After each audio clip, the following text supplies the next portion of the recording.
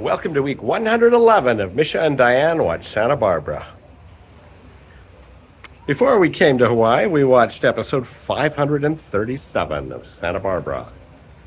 Everyone is getting ready for the big play tonight and the gala. And Jane gives Alice a blue dress that she can wear at the gala.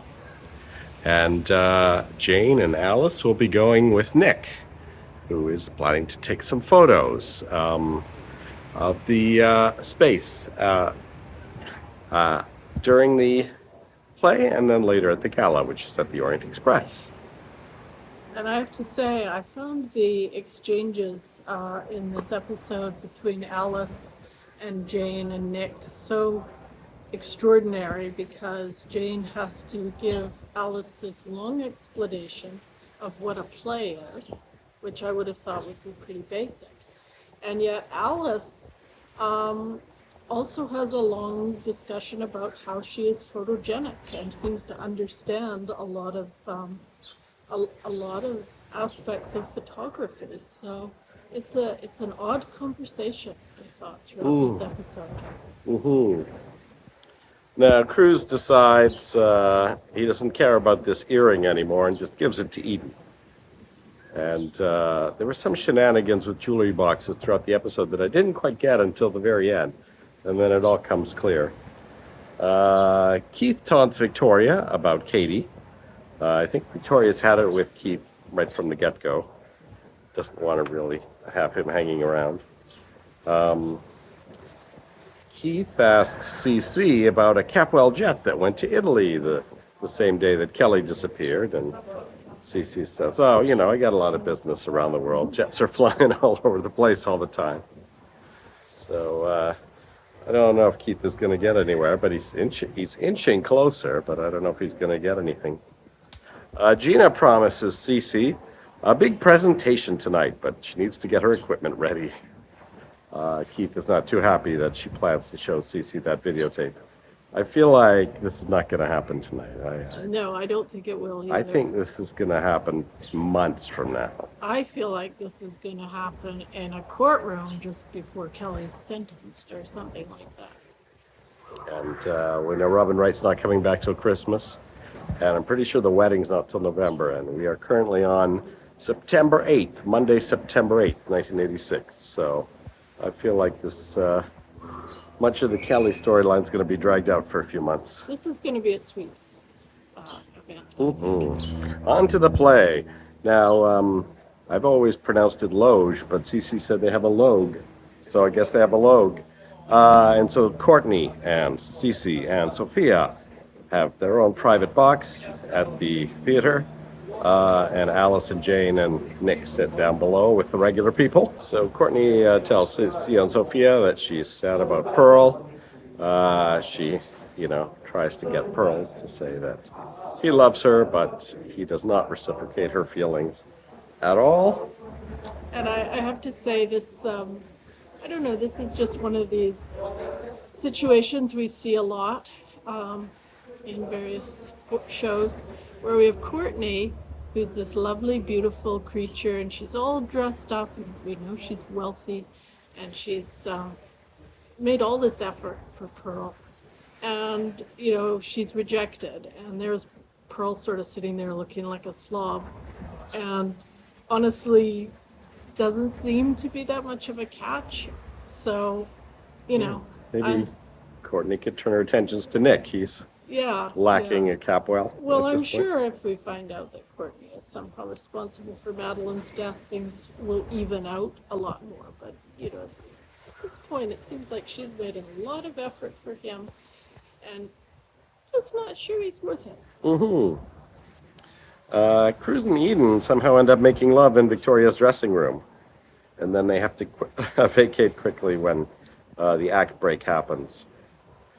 I feel like Eden is just trying to somehow stake her claim on Cruz over Victoria.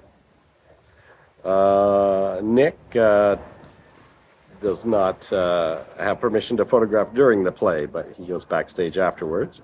And then they head to the Orient Express, which is all dressed up for the after party, and Nick takes a lot of photos of Alice at this, and this is where her photogenicity comes through. Jane's kind of, I think, annoyed a little that Alice is getting more attention than her. Yeah. Maybe she's interested in Nick. The after party finally begins. Everyone is waiting for Victoria Lane to show up.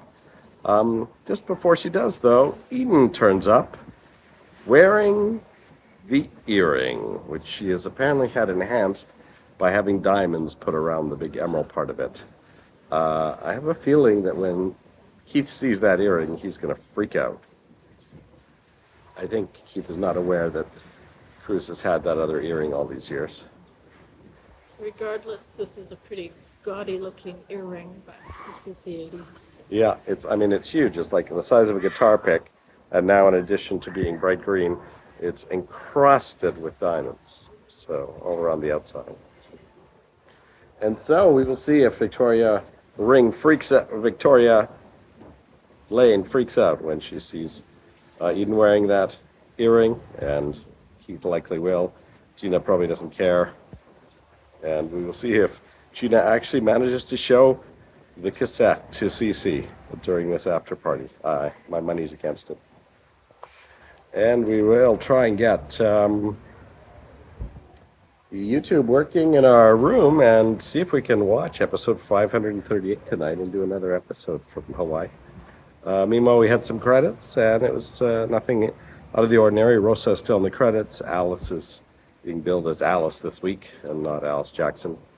And Amy's back in the proper credits. So, anything else you wanted to say about Victoria's play? We didn't actually see it. We didn't actually see it. We've heard the build-up, and I'm not actually convinced we're going to see it. I think we'll maybe see more of the shenanigans around it than the actual play itself. Well, the play's over, so we'll be back after we watch episode 538 of Santa Barbara. Let's see that.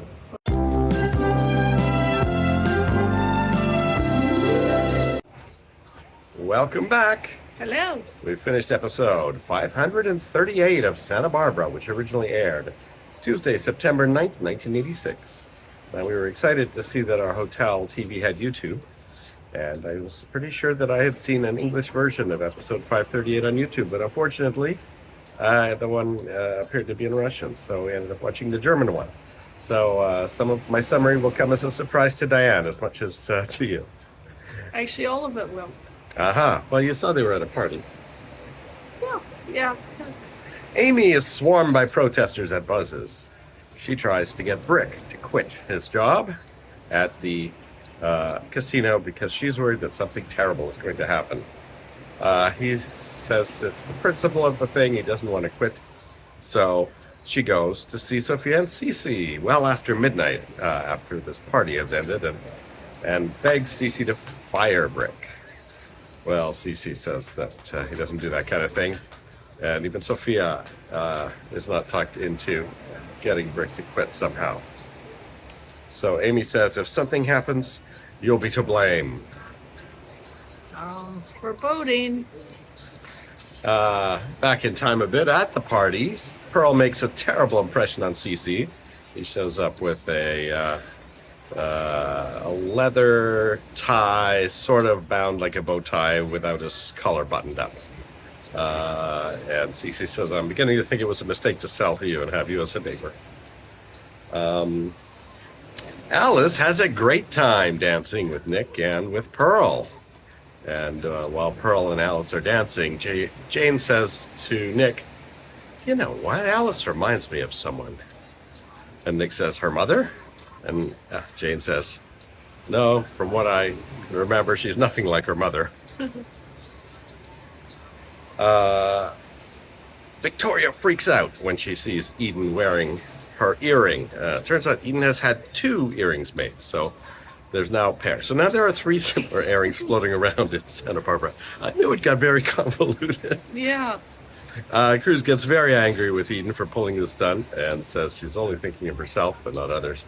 And somehow they end up making up by the middle of the episode and start dancing together, which causes Victoria to have a flashback from when she and Cruz were dancing at some disco, I guess, in the 70s. late 70s, early 80s. Obviously very cheaply put together on a set with a dark set with a few lights, but I guess the implication is that Eden's not the only one that Cruise has had exciting dance numbers with. Mm-hmm. Eventually, Alice tries to convince Pearl to dance with Victoria because she's sitting all alone in the corner. And so Pearl dances with Victoria, and then Victoria asks him to take her back to her dressing room, which he does. Mm-hmm. They have a brief conversation there. Pearl says, I once considered being an actor. As I recall, I was terrible. So, and then she says she's got her own car to get back, so he leaves her there in the dressing room. And that is where we last see her. So we got a lot of single people here who could couple up on this show. Victoria, Yeah. Pearl, Alice, Nick, Haley. I can see why they left Nick in the cast, because for a while he seemed to be drifting aimlessly when Kelly broke up with him and everything that happened with Dylan. But, you know, it's kind of handy to have a potential suitor around. Mm-hmm. Yeah, Alice and Nick seem to be a potential couple here, but Pearl seems to be interested in her too. Keith tries to tell Gina, to talk Gina out of showing the video to Cece, saying, you know, I want to focus on arresting Cruz because, you know, he's after you for the drugs. So we should focus on getting Cruz off the police force. Yeah. In any event, it's too late because Paul calls Cruz with some interesting news. They've arrested Angel, and he has a list of buyers, and one of the names on the list is Gina Capwell. So we see this whole storyline circling back, because I was thinking, of course I couldn't hear any of the dialogue properly, that, oh, it's been a long time since we saw Angel. And I was remembering back to when he had that whole little storyline with Gina. Mm-hmm. Well, when Cruz questions Angel, Angel says, oh, you know, this is just my address book. I don't know anything about drugs, you know, although he does snap at Cruz when he says, oh, after all that Julie and I did for you. He says, yeah, well, that doesn't pay my rent. So, anyway, once again, it's well after midnight. Gina and Keith have already been in bed for a while when the phone rings, and Cruz says, come down here right now. And then Keith phones around and finds out about Angel's list. So he says, okay, Gina, I think we better get down there. And she's freaking out when Cruz bursts into the office to start questioning them. So Keith is like, you know, if you keep pacing like that, he's going to know you're guilty right away. So anyway, it's interesting to see what they say to Cruz, considering, you know, they don't know what Angel said. Yeah. All right, that is it for this episode. We will see if Gina ends up in jail. We will see if any of the single people couple up at some point. And we will see what terrible foreboding Amy predicts related to Lily Light's followers and their picketing of buses and the casino. We'll be back after we watched episode 539 of Santa Barbara. Bye-bye. Bye-bye.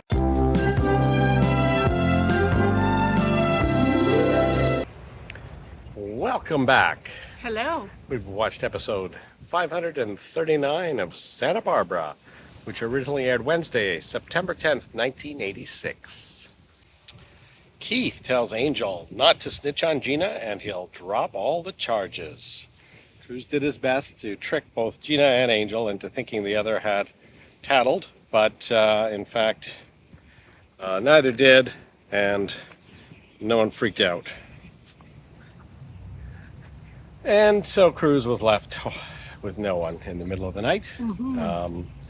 Angel seemed to be a little annoyed that Keith seemed to be dating Gina. He was worried that he might get railroaded, but I guess he did agree, I guess, with Keith as saying that he was the DA and it was up to him in the end, and he could send him away for 20 years if he wanted to.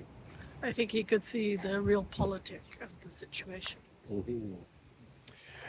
Victoria crashes her car near the airport, and Cruz finds her in the spot where they used to make love at the end of the runway.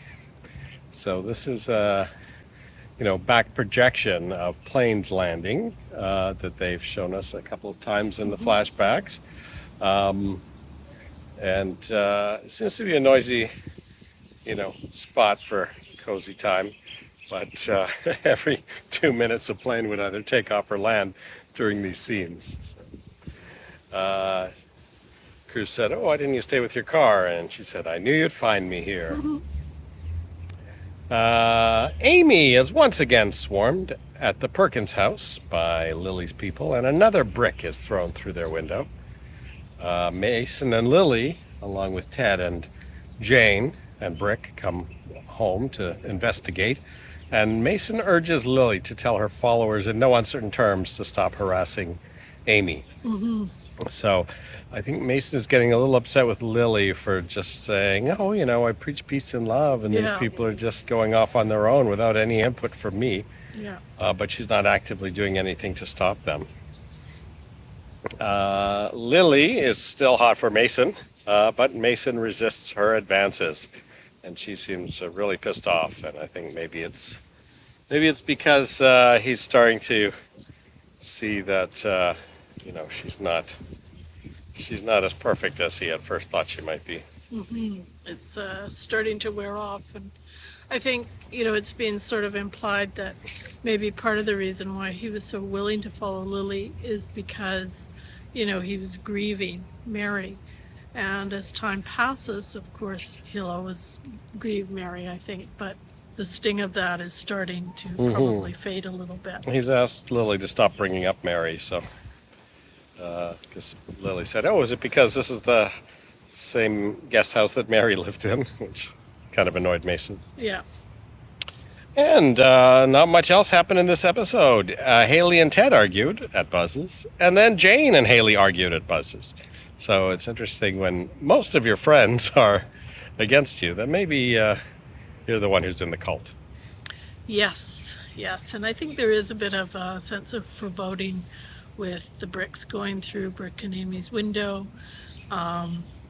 Lily Light being a little bit ambivalent about putting a stop to that, and now that we know that Haley is involved in these mobs as well, I just feel like there's going to be a confluence of events here that might lead to some sort of dramatic way forward. Yeah, Ted and Jane having to defend Haley as she's not that type of person like the rest of this mob. Yeah. Well, that's it for episode 539. That was a Wednesday, and just kind of moved things forward, but not a lot of plot beats, just a couple of major ones. And we'll be back after we watch the episode we've all been waiting for, episode 540 of Santa Barbara. Things will heat up in the next couple days. Wow. See you soon. Bye-bye.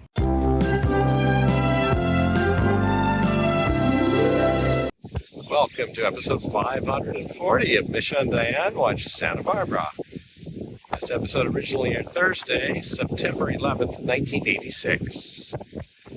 We forgot to mention at the end of the events at the police station last night that Cruz ended up punching Keith. Yes, that was very dramatic. Which Gina points out in this episode when she hangs out in the surveillance van with him, as he is, of course, bugging Cruz's phone. Eden mentions to Cruz when he finally gets home in the morning that Victoria is staying in town.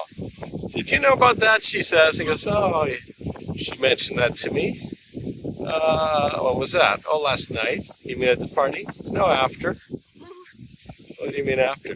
"Well, she was in a car accident, and you were the only one they could find at 3 in the morning to help her with her car accident." Anyway, next thing you know, Cruz is calling Victoria at the theater, saying he wants to talk to her. Of course, Keith is bugging this, and he thinks that maybe this is an opportunity to overhear some follows Cruz to the theater and hides out and eavesdropping. Now, Eden is excited to see Tori and Pearl on the cover of the newspaper. And she tells Cruz that, They make a nice couple. Taunting Cruz throughout this. Cruz says he doesn't see it. Meanwhile, of course, back at her dressing room, for some reason Pearl is with her again, and they're talking about the newspaper thing. Or she's invited Cruz over, and she's trying to get rid of Pearl before Cruz comes over. So that Cruz doesn't see her with Pearl, but more the other way around. But Pearl managed to babble on about stuff until Cruz arrives. And then, of course, Keith is eavesdropping on all this. Cruz, Tori has told Cruz that she just wants to stay in town until she can get closure with this Katie thing. And he says, well, the way to do that is not to just hang around and do nothing. So let's go out there right now to the beach and get you over your problems and get you out of town. This doesn't seem like a great strategy to be firm with Tori about his opinion. But anyway. So, Ellie has a dream about Gina. And in the dream, Gina is setting her place on fire with pouring gasoline all over Lily's place. And was set on fire. Which really traumatizes Lily. She says, no, I have something to tell you. It will change everything. And then she wakes up. This Mason, spots her having a bad dream. She says she's having bad dreams about Gina.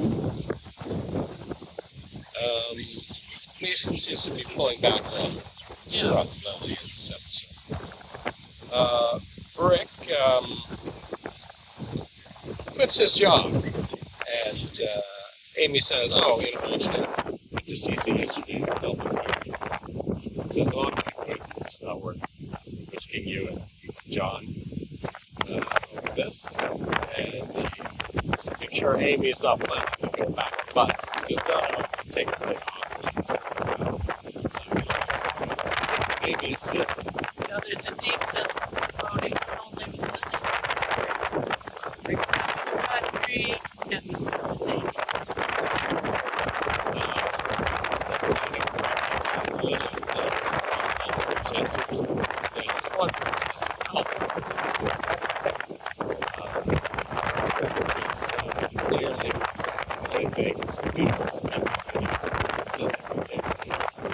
Mason can't get Lily to tell him, back off. In fact, she's more concerned with Rick's language being inflammatory. So I think this really is supposed to be something doing everything she can to try to reduce the chance of violence because this guy is such a abuse.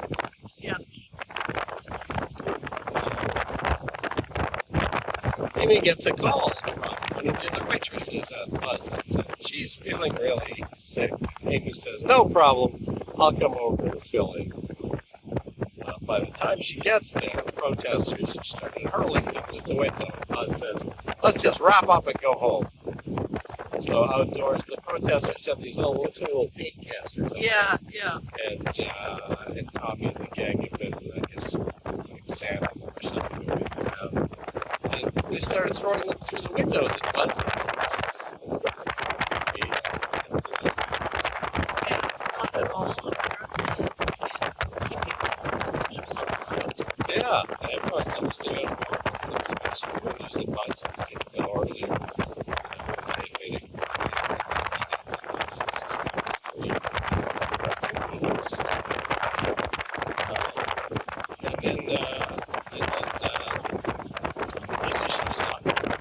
And she's not really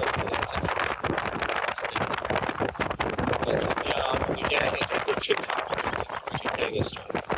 Little do we know that Tommy has a special canister which he hands to Haley. Just as Amy is walking across the buses, Haley hurls the canister to the window, which turns out to be a bomb.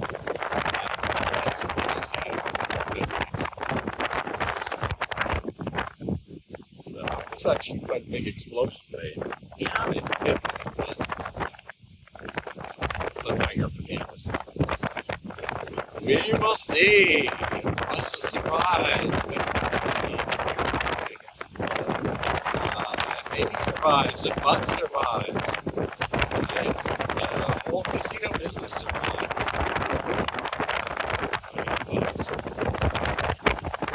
I think a lot will be determined by where we pick up the next episode. It's going to be a minute or two later, in which case we saw Ted grab Haley at the very last moment. And so that could set up we just saw Ted and Gina having coffee together. We can see that combination since the first years. So I could perhaps see Gina and Ted Elaine, obviously.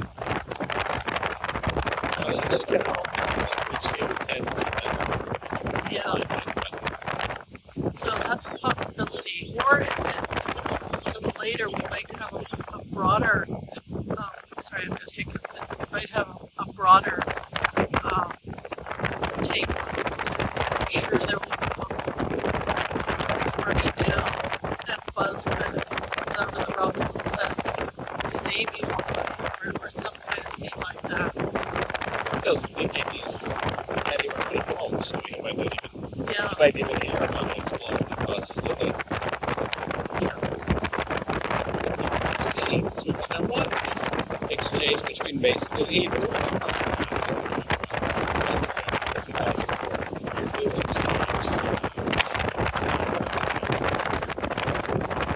All right. Since we all listen to buzzes, so we'll watch part 2, episode 541 of Santa Barbara Tonight. And hopefully we have time to podcast tomorrow before we leave Hawaii and go back to frigid Vancouver. We'll see you. So, bye-bye. Bye-bye.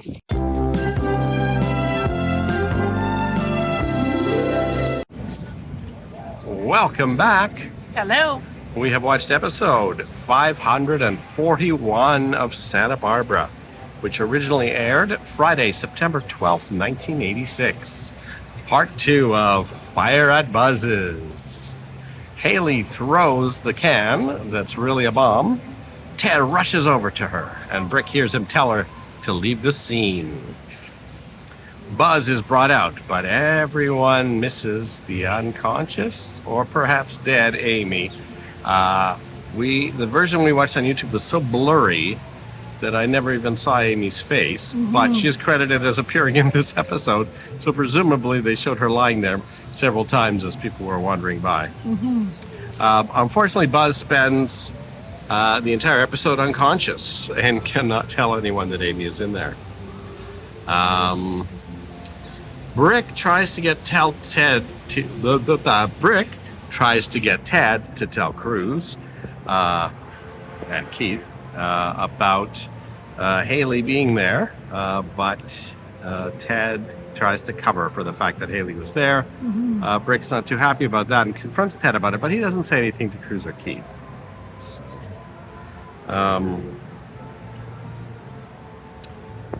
Before being called to the fire, however, Keith is sitting in his little van with his headphones, bugging Cruz's apartment or beach house, and he overhears Eden phoning Kelly in Italy. So he says, "We got him." And then later at the crime scene, when they talk about arresting Lily, Cruz says, "Oh, you can't arrest someone for something that a third party did." He goes, "Yeah, that'd be a little bit like me arresting you for something your wife did."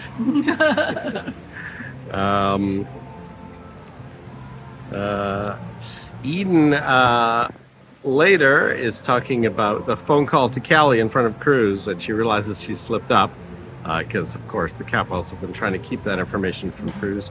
And Cruz says, "Well, I'll have to tell Keith about this."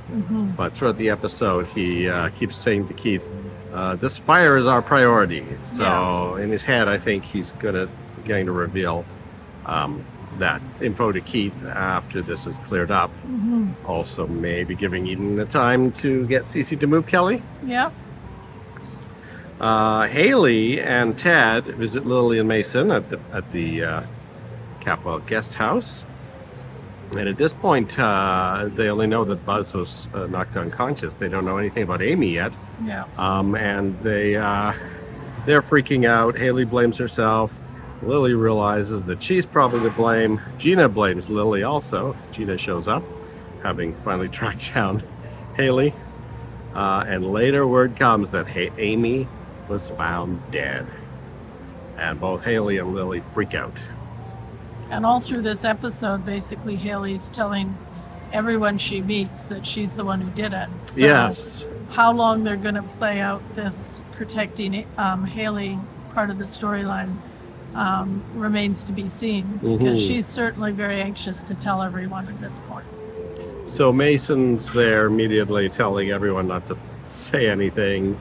Clearly Ted's shielding Haley already. Gina obviously is on board with that too. So it'll be interesting to see.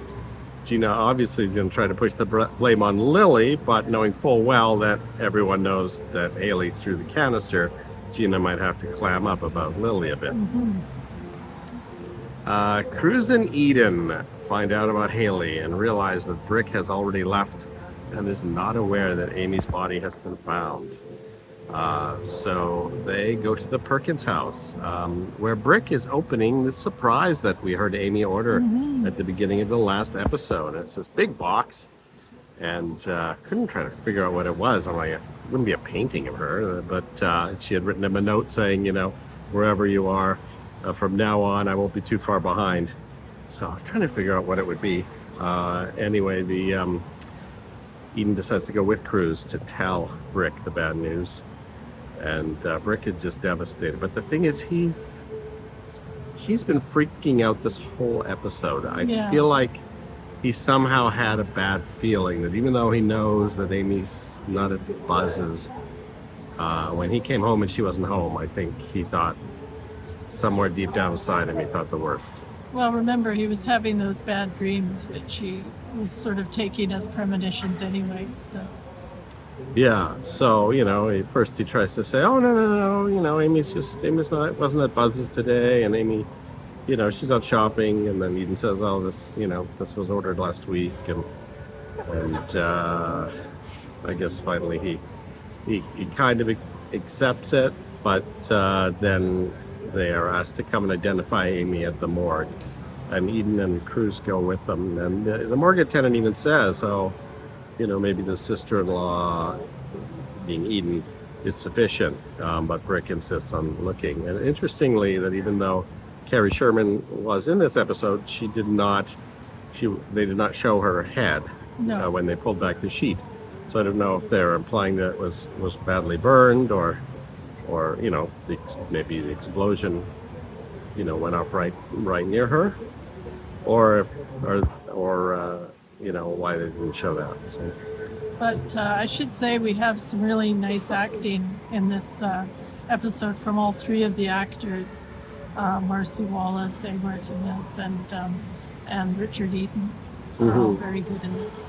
And I feel like, the way I recall it, this was kind of used as a springboard to give Brick some storylines. Obviously he's got to take care of Johnny on his own, stuff like that. I think I read an interview with one of the writers once, and said that she's kind of hated for killing off Amy, but she came in and thought Amy was a dud. Well, I think this, I have no idea where it's going to go, but there is a possibility too that Sophia and Lionel will come together a bit more to comfort Brick, and that may also cause a bit of tension with CC, although CC actually got along with Brick quite well too, but it'll definitely cause a lot more friction between everyone and Mason, until I think Mason will flip at some point to be anti-Lily. And I think we're setting up some real friction between Ted and Brick as well. Now, it's not clear where the baby is. Brick says, well, if he's not with Amy, he'd be with a babysitter. So I guess that's where little Joe is. Who's Joe? or is it named after the dad? John, little John. Johnny. Um, and then Brick says, "Oh, I have to tell Jade and Marissa." And Eden says, "Well, you don't need to do that all right now." So Marissa, being a weekday, probably is at work at the school, Yeah. prep school. And Jade, I can't quite remember if she left town to take a job somewhere, or if she's still in town. But in any case, this is a series wrap on the Perkins family. Jade is never going to reappear. Marissa's never going to reappear, and John and John and Joe and Amy are dead. I don't even know if we'll see that Perkins living room much, because they've been we've had a really stripped down Perkins house. With every time they showed someone asleep, they were actually on the couch in the Perkins living room. So I feel like, with Minx back home, we may not even see the Perkins house again. Yeah, I don't think they need it, really. I could definitely see most of the action moving now to the Lockridge house. Mm-hmm.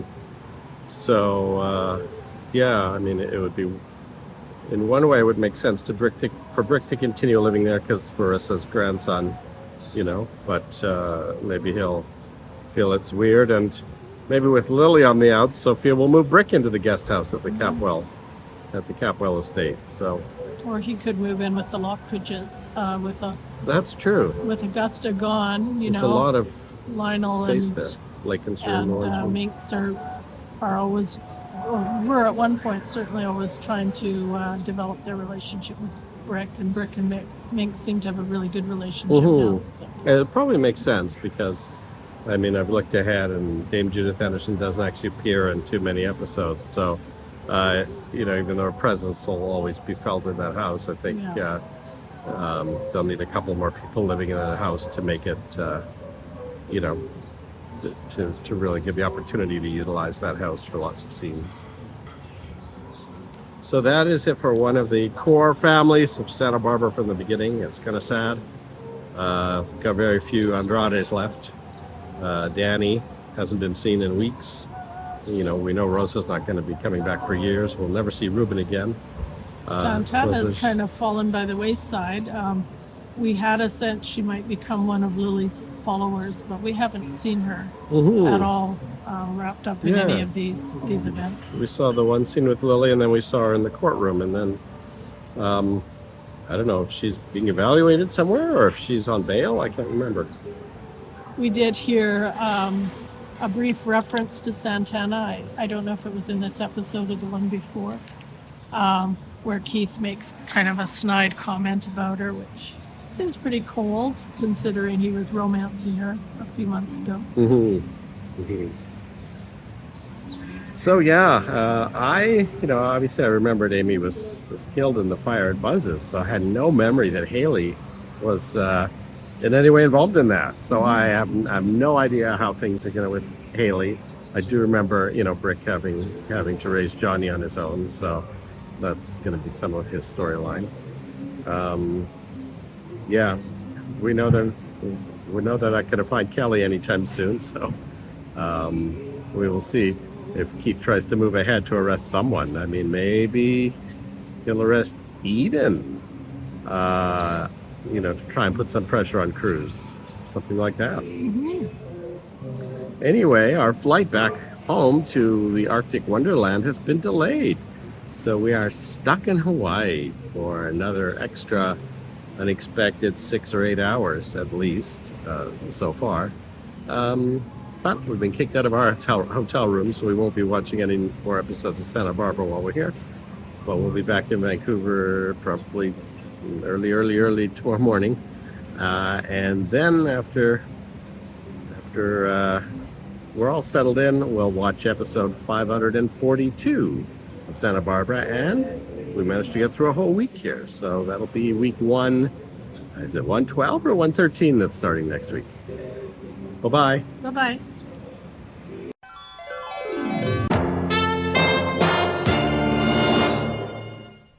Grandmama was set free, and I was set loose.